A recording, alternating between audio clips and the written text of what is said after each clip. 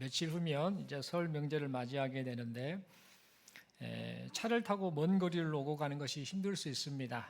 그래도 그리운 가족을 만난다라는 것, 그리고 가족들과 함께 시간을 보낼 수 있다라는 사실을 생각하면 이 정도의 힘듦도 이겨낼 수 있다, 별것 아니다라고 생각할 수 있을 것 같습니다. 또한 지난해 한 해를 살면서 어렵고 힘든 일들을 우리가 겪었을 수도 있는데 겪었던 그 일을 생각하면 긴 한숨이 나올 수도 있지요. 그래도 오래간만에 만난 이 가족들의 그 따뜻한 말 한마디, 위로하는 말 한마디, 용기를 북돋아주는 말 한마디, 그 말 한마디가 서로에게 큰 위로가 될 것이기 때문에 설 명절이 주는 기쁨이 참 크다라는 그런 생각을 해봅니다. 이 설 명절 이제 곧 다가오는데 이 설 명절을 통해서 그동안 삶에 지쳐서 잃어버렸던 웃음, 그리고 이 웃음과 또 마음의 힘듦, 이런 것들을 여러분 다시 한번 웃음을 회복하고 마음의 힘듦이 새 힘을 얻는 그런 시간이 되길 바라고, 또 사람들이 말하는 대로 복을 많이 받고 많이 누리는 그런 복된 여러분들 인생 되시기를 간절히 소망합니다. 우리 서로에게 인사하겠습니다. 새해 복 많이 받으세요. 이 시간 저는 축복하며 삽시다라는 제목으로 함께 말씀 받고자 합니다. 여러분, 조금 전에 여러분들 새해 복 많이 받으세요라고 그렇게 서로 인사를 하셨습니다. 그렇다면 여러분, 이 새해 복 많이 받으세요라는 이 인사를 그리스도인들은 어떤 의미를 담아서 서로에게 해야 될까요? 세상에서 모든 사람들이 새해 복 많이 받으세요, 새해 복 많이 받으세요 이렇게 인사를 하지 않습니까? 그렇다면 하나님의 자녀된 이 성도, 그리스도인인 우리는 이 새해 복 많이 받으세요라는 인사를 할 때에, 이 세상 속에서 살아갈 때, 이 말을 할 때에, 이 덕담을 할 때에 어떠한 의미를 담아서 해야 됨이 옳을까요?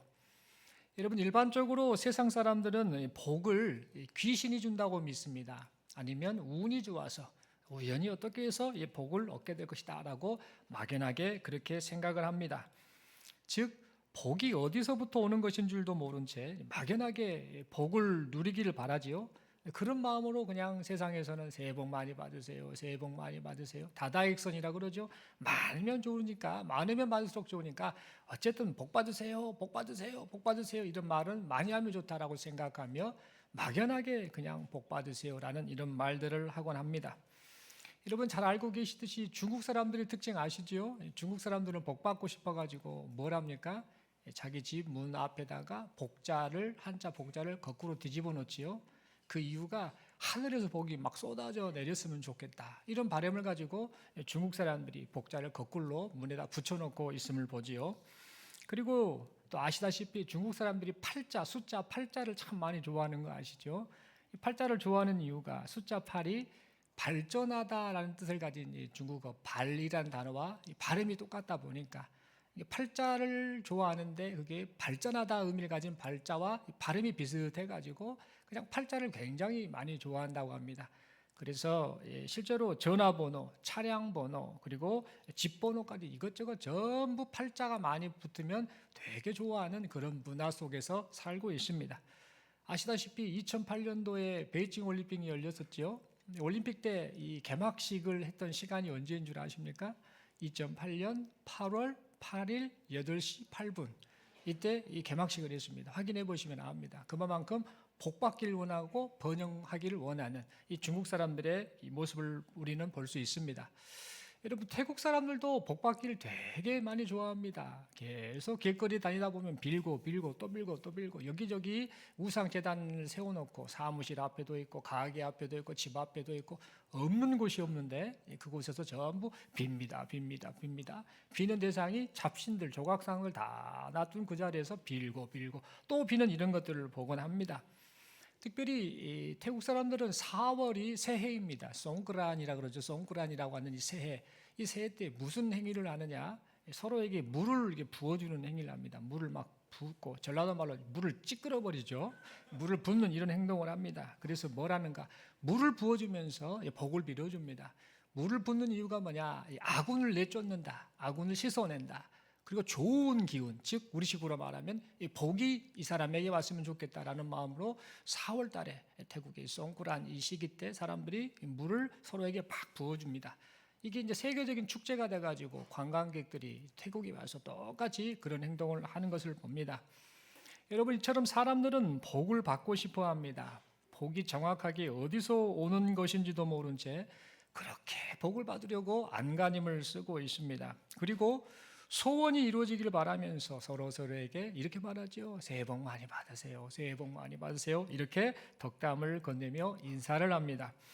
그렇다면 여러분, 복은 과연 어디서 오는 것일까? 세상 사람들은 뭐 자기 생각을 가지고 삽니다만 성도만큼은, 우리들만큼은 이 사실에 대해서 분명한 생각을 가지고 살아야겠습니다. 성경은 말합니다. 복의 근원이 하나님이시다. 그리고 하나님께서 복을 주시는 분이시다라고 분명하게 우리에게 말씀해 주고 있습니다.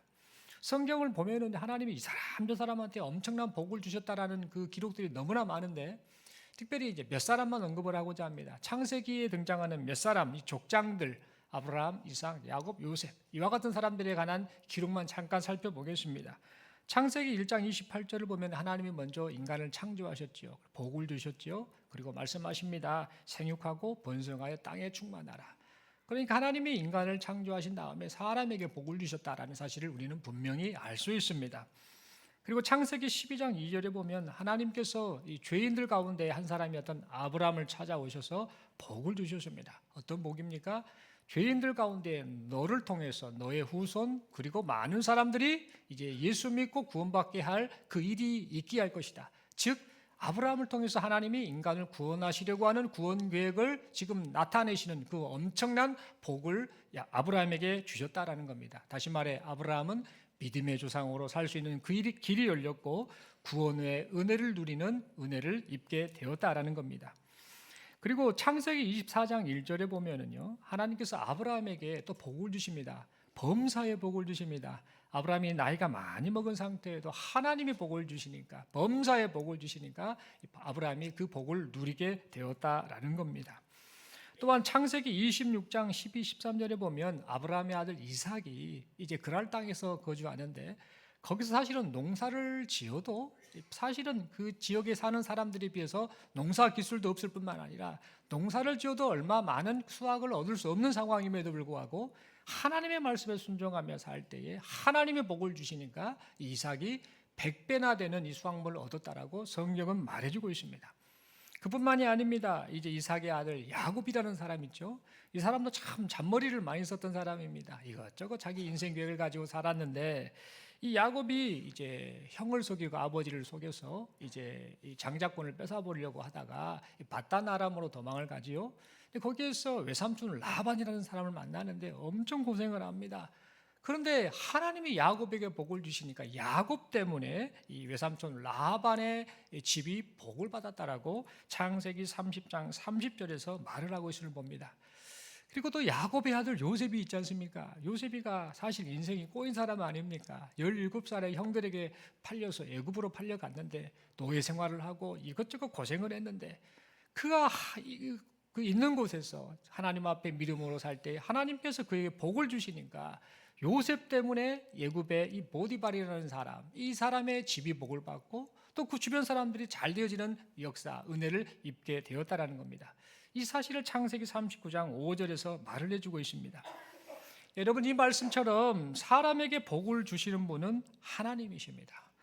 사람들이 막연하게 이것저것을 기대하고 바라고 그냥 빌면 되겠지, 소원을 품으면 되겠지가 아니라 복을 주시는 분은 하나님이시다라는 사실을 우리는 잊지 말아야 합니다. 그러므로 우리는 새해 복 많이 받으세요라는 인사를 서로에게 건넬 때 이런 마음으로 해야 됩니다. 하나님만이 당신에게 복을 주시는 분이십니다. 하나님만이 당신에게 복을 주시는 분이십니다 라는 뜻을 담아서 서로에게 축복의 말을 건네야 되겠습니다. 우리 다시 한번 서로에게 인사하겠습니다. 하나님만이 당신에게 복을 주시는 분이십니다. 한 번 더 인사하겠습니다. 하나님께서 주시는 복 많이 받으세요. 네, 여러분, 우리는 방금 서로를 축복했는데 이 축복은 우리가 다른 사람에게 할 수 있는 최고의 선물입니다. 축복한다라는 것은요, 이것저것을 주는 것보다 가장 최고의, 가장 가치 있는 선물이다라는 겁니다. 여러분 축복이라는 말은 말 그대로 복을 빌어준다라는 것이지요. 한자로 빌축자에다가 복복자, 복을 빌어준다라는 뜻을 가지고 있습니다. 그래서 하나님께서 축복하신다, 하나님께서 축복하신다라는 말은 맞지 않지요. 왜냐? 하나님은 복을 빌어주는 분이 아니라 하나님은 복을 주시는 분이죠.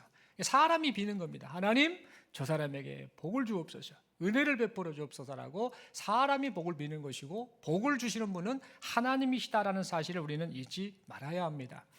그러므로 우리는 하나님께서 복을 주시는 복의 근원이심을 믿고 하나님께서 복 주시기를 바라면서 서로를 축복하며 살아가는 인생을 살아가야겠습니다. 그렇다면 여러분, 우리가 우리의 이웃들에게 할 수 있는 최고의 축복 행위가 무엇일까요? 서로 축복하며 살자라고 했는데, 우리가 우리의 이웃들, 여기서 말하는 이웃은요, 사랑하는 아내, 자녀, 남편, 부모님, 형제, 또 친구, 또 지체들, 모든 하나님이 만나게 하신 사람들이죠. 그 이웃들에게 할 수 있는 최고의 축복 행위, 정말 저 사람이 복 받기를 원합니다라고 이 축복하는 최고의 축복 행위가 과연 무엇일까요? 여러분, 우리는 이 질문에 대한 답을 오늘 본문에 등장하는 욥의 모습을 통해 확인할 수 있습니다. 욥은 우스라는 땅에 살았던 사람입니다. 여러분, 우스가 정확하게 어디인 줄 아십니까? 아는 사람이 없습니다. 추측을 합니다. 제가 예전에 선교사 훈련을 받을 때에 우즈베키스탄에서 사역하시는 선교사님을 만났습니다. 우즈베키스탄에서 사역하시는 선교사님을 만났는데 무슨 이야기를 하다가 그분이 욥이 사는 우스 이야기를 하시더라고요. 그러면서 자기는 그렇게 믿는다고, 또 자기 주변의 사람들이 그렇게 믿는데, 이 우스라는 땅은 우즈베키스탄, 그래서 우스가 바로 우즈베키스탄이 아닐까 이렇게 말을 하는 것을 들었습니다. 그들만의 상상이지요. 그만큼 자기가 사역하는 선교지가 마치 욥이 살았던 곳과 같이 귀한 선교지다라는 것을 은근히 드러내고 싶어서 그랬는지는 모르지만, 어쨌든 우스는 우즈베키스탄이지 않았겠냐라고 이렇게 이야기를 했습니다.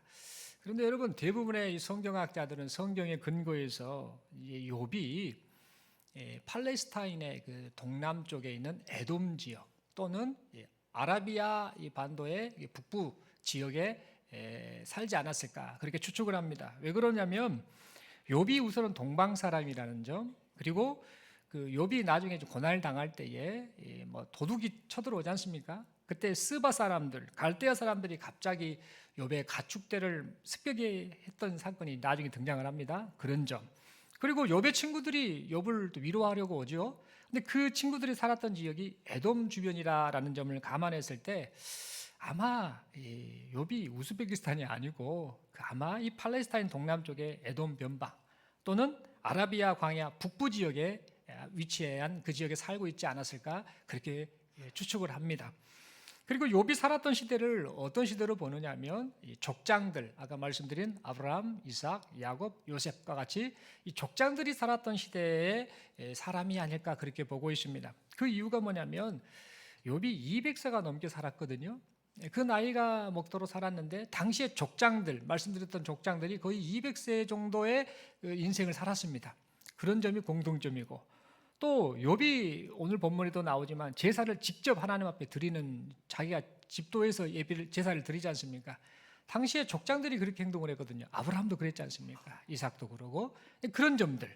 그리고 오늘 본문에 보니까 욥의 재산이 가축이 많았다라고 하면서 재산 규모의 척도를 가축으로 보았지 않습니까? 당시에 그 족장 시대 때 그 재산 규모 척도를 정하는 것과 동일한 상황이었던 것을 보면서 아브라함이 아마 이 족장 시대, 그 욥이 아마 이 족장 시대에 살았던 사람이 아닐까 그렇게 보고 있습니다. 또한 욥기 42장 11절에 보면은요, 캐시타 해가지고 욥이 이제 하나님께서 은혜를 베푸셔서 주변 사람들이 욥에게 다시 한번 힘내라고 금 한 덩어리씩 캐시타를 준 게 있거든요. 그 내용이 나오는데, 이 캐시타라는 이 화폐 단위가 사실 야곱이라는 사람이 세겜에 이르렀을 때에 하몰이라는 사람에게 장막을 놓을 땅을 구입할 때 줬던 그 금액 화폐 단위와 동일한 화폐 단위입니다.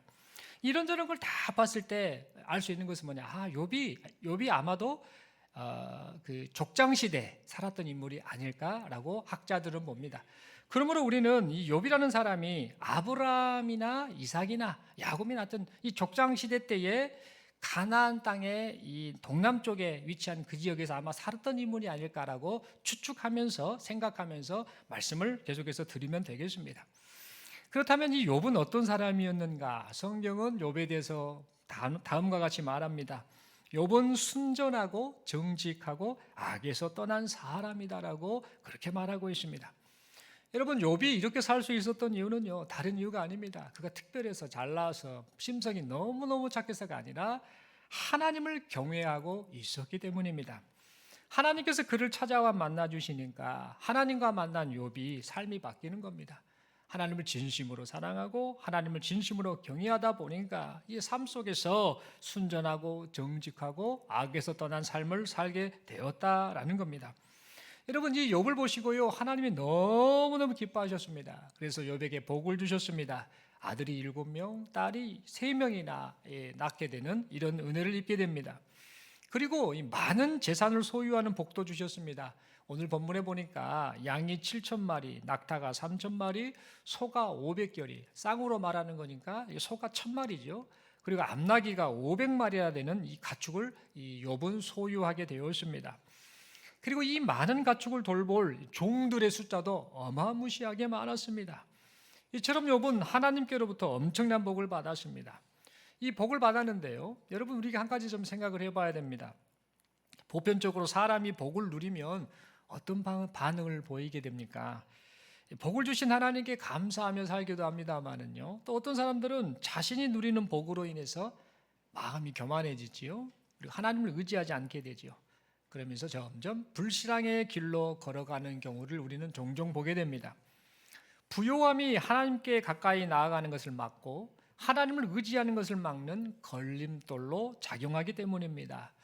그래서 우리 예수님께서도 이런 말씀을 하셨지요. 부자가 천국에 들어가기가 너무 어렵다라고 말씀하셨고, 약대가 바늘기로 들어가는 것이 부자가 하나님 나라에 들어가는 것보다 차라리 쉽다라고 말씀을 하셨습니다.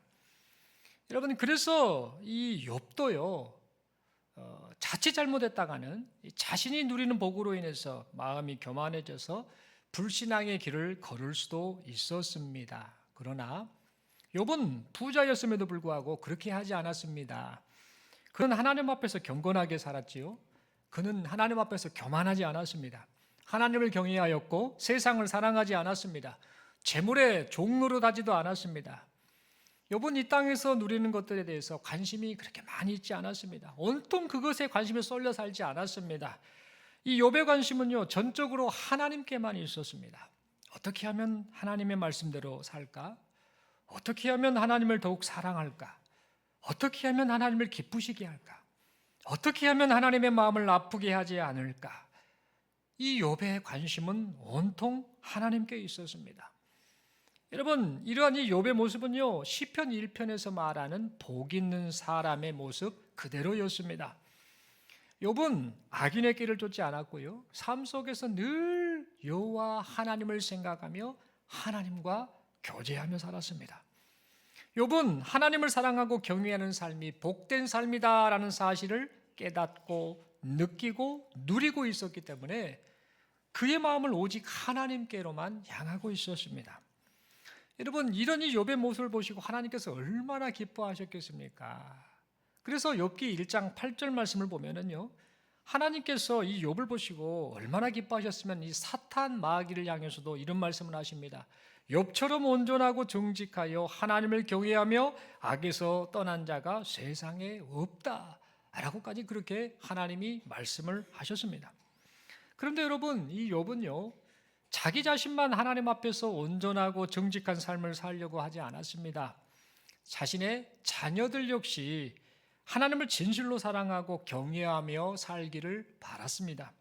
그래서 이 자녀들이 각각 자신의 생일을 맞아서 이렇게 생일 때 형제들을 부르게 되지 않습니까? 그리고 잔치를 벌이고 나서 그 잔치가 벌어지고 난 이후에 이 욥은 무엇을 행했는가?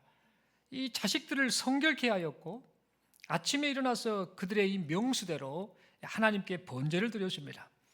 여러분, 이 번제는 뭘 말하느냐면 사람이 알고 지은 죄든 모르고 지은 죄든 간에 자신의 모든 죄를 사함받기 위해서 짐승을 희생제물로 삼지요.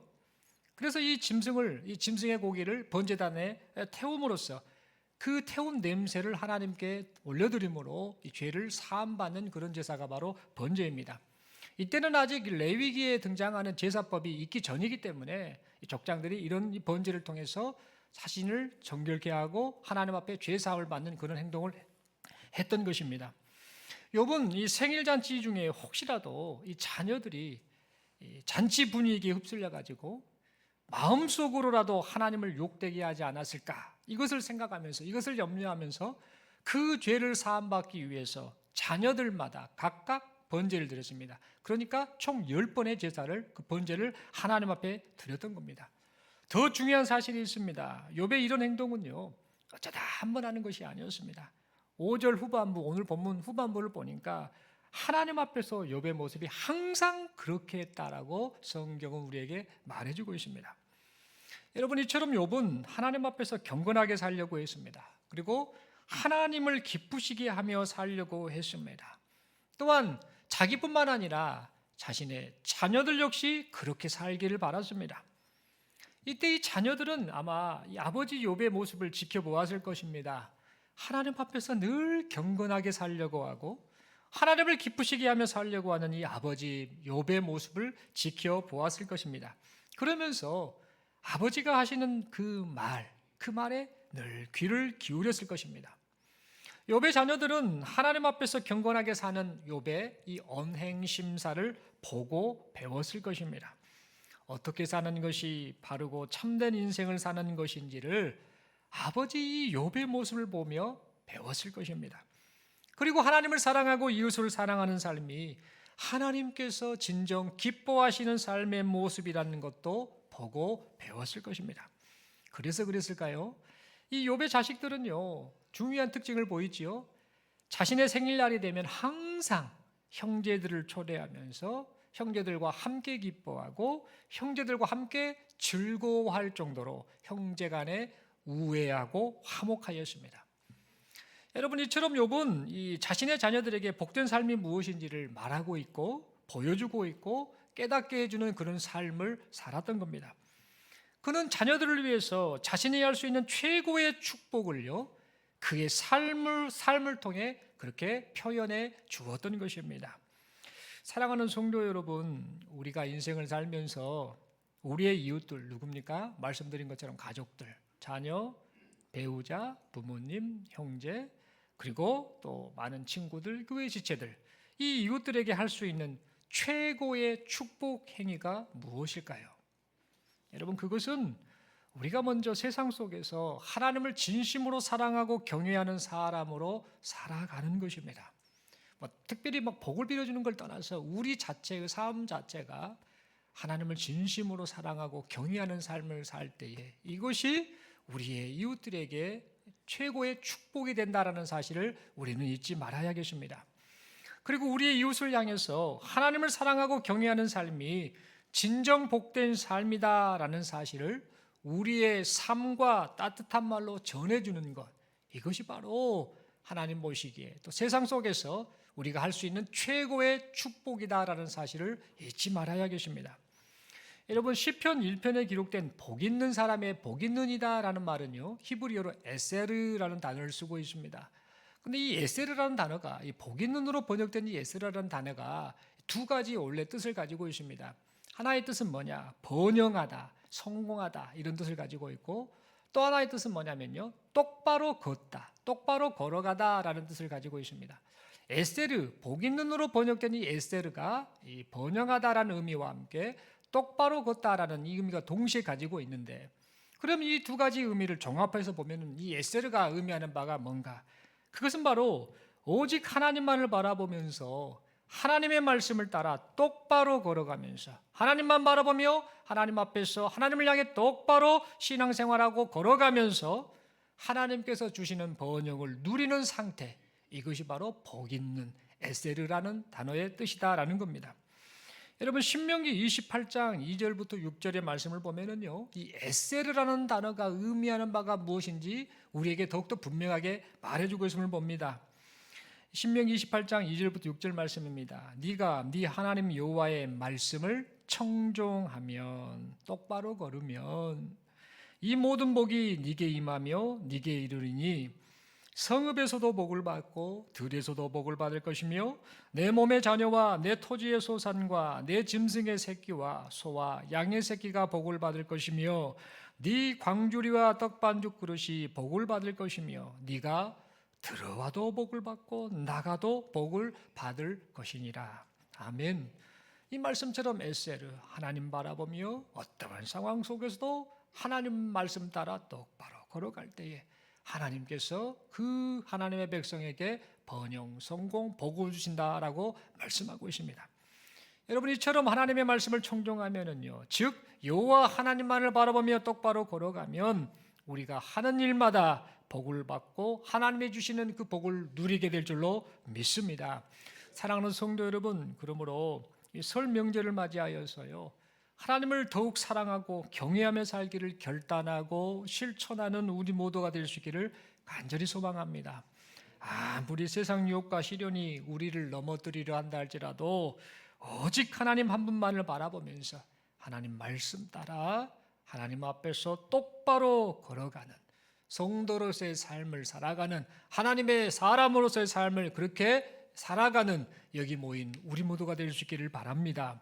그래서 하나님께서 얼마나 놀랍게 우리 인생을 인도하시는지, 얼마나 놀랍게 복을 주시는지 우리 자신도 체험하고 또 우리의 이웃들도 함께 그것을 목도하면서 오직 하나님만이 생명의 근원이시고 복의 근원이심을 증거하며 살아가는 그런 복된 인생을 살아가는 우리 모두가 될 수 있기를 바랍니다.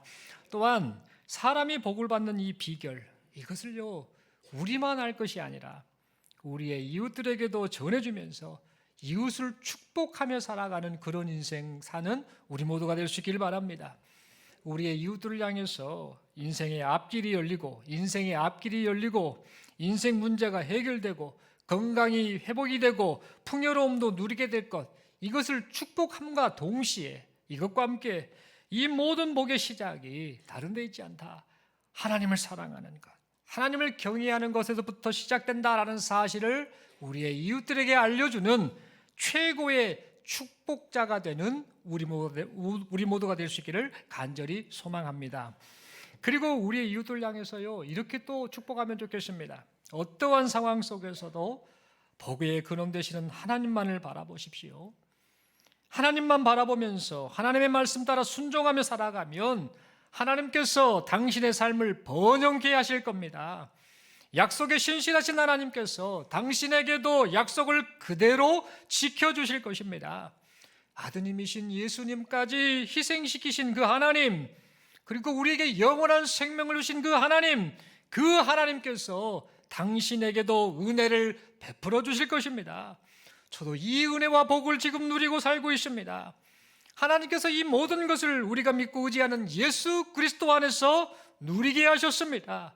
이제 함께 이 복을 누리며 사십시다라고 서로를 축복하며 살아가는 우리 모두가 될 수 있기를 바랍니다.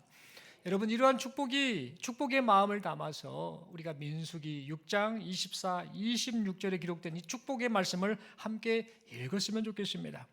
민수기 6장 24, 25, 26절 말씀을 함께 읽는데, 읽기는 읽되 그냥 읽는 것이 아니라 하나님께서 이 말씀대로, 이 약속의 말씀대로 제게 은혜를 베풀어 주옵소서, 제게 복을 주옵소서, 사랑하는 우리 이웃에게 은혜를 베푸시고 복을 주옵소서라는 간절한 마음으로 함께 읽었으면 좋겠습니다. 우리 함께 민수기 6장 24, 25, 26절 말씀 함께 축복하는 마음으로, 또 하나님 내게 은혜를 베풀어 주옵소서라는 그 간절한 마음으로 함께 읽겠습니다. 시작.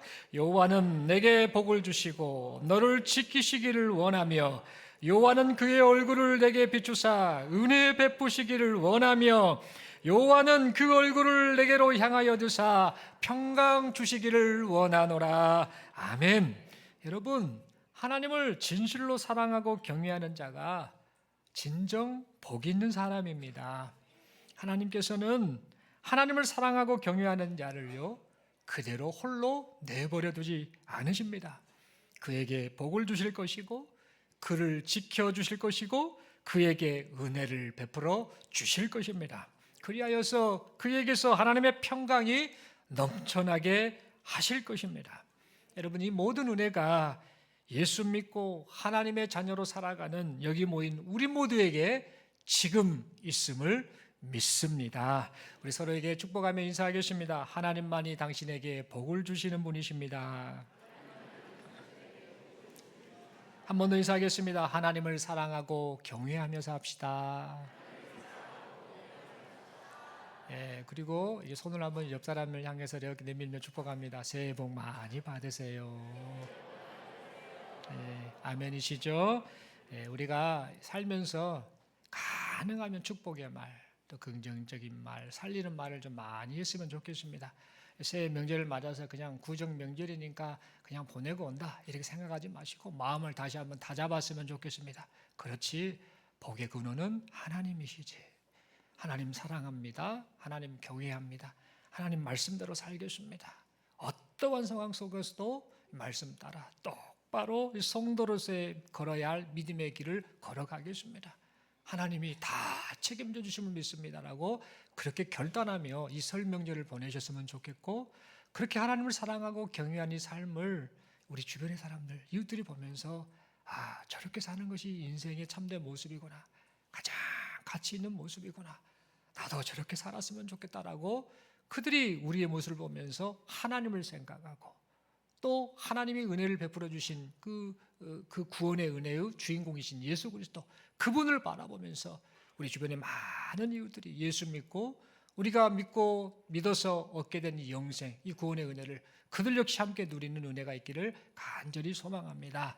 오늘 또 예배 마치고 오후 예배 마치고 대구로 가셔서 또 고향에도 가시고 또 찾아온 가족들 만나게 될 때에 하나님 자랑하십시오. 복의 근원 되신 하나님, 하나님이 너에게 은혜를 베풀 것이다, 하나님이 너에게 복을 주실 것이다 라고 부모님들은 자녀들을 그렇게 축복하시고, 또 자녀들은 우리 부모님들한테 하나님이 여기까지 인도하여 주셨는데 앞으로도 하나님께서 부모님에게, 어른들에게 이러한 은혜와 복을 주실 것입니다 라고 하며 서로에게 축복의 말을 해서, 그래서 이 명절 기간 동안에 기쁨과 감사와 화목이 넘쳐나는 그런 시간 될 수 있기를 간절히 소망합니다. 이 모습 보시고 하나님 역시 많이 기뻐하실 줄로 믿습니다. 기도드리겠습니다. 하나님 아버지 감사합니다. 말씀 받았습니다. 우리 인생 살면서 축복하며 살길 원합니다. 이 축복을 하는데 복을 주실 분이 하나님이심을 말씀을 통해 다시 한번 깨닫습니다. 세상 사람들처럼 요행을 바라거나 우연히 또는 이 귀신이 주는 복으로 생각하지 않고 이 복의 근원은 하나님이시고 하나님의 복을 주시면 모든 것이 형통하고 은혜를 누리게 된다라는 사실을 믿고 오직 하나님께만 은혜를 구하며 살아가는 우리 모두가 되게 하여 주옵소서. 특별히 바랍니다. 우리 사랑하는 성도들 한 사람 한 사람 이 설 명절을 맞이하여서 더욱더 하나님을 사랑하고 하나님을 경외하고 하나님 말씀대로 순종하며 똑바로 걷기를 결단하는 우리 성도들 되게 하여 주옵소서. 이렇게 살았을 때에 과연 하나님이 어떻게 얼마나 큰 은혜를 베풀어 주셨는가를 실제로 경험하고 그 경험을 또 하나님 앞에 감사하고 세상 사람들에게, 주변 사람들에게 간증하며 살아가는 복된 인생들 되게 하여 주옵소서. 이런 은혜 주심을 믿습니다. 감사합니다. 우리 주님 예수님 이름으로 기도드리옵나이다. 아멘.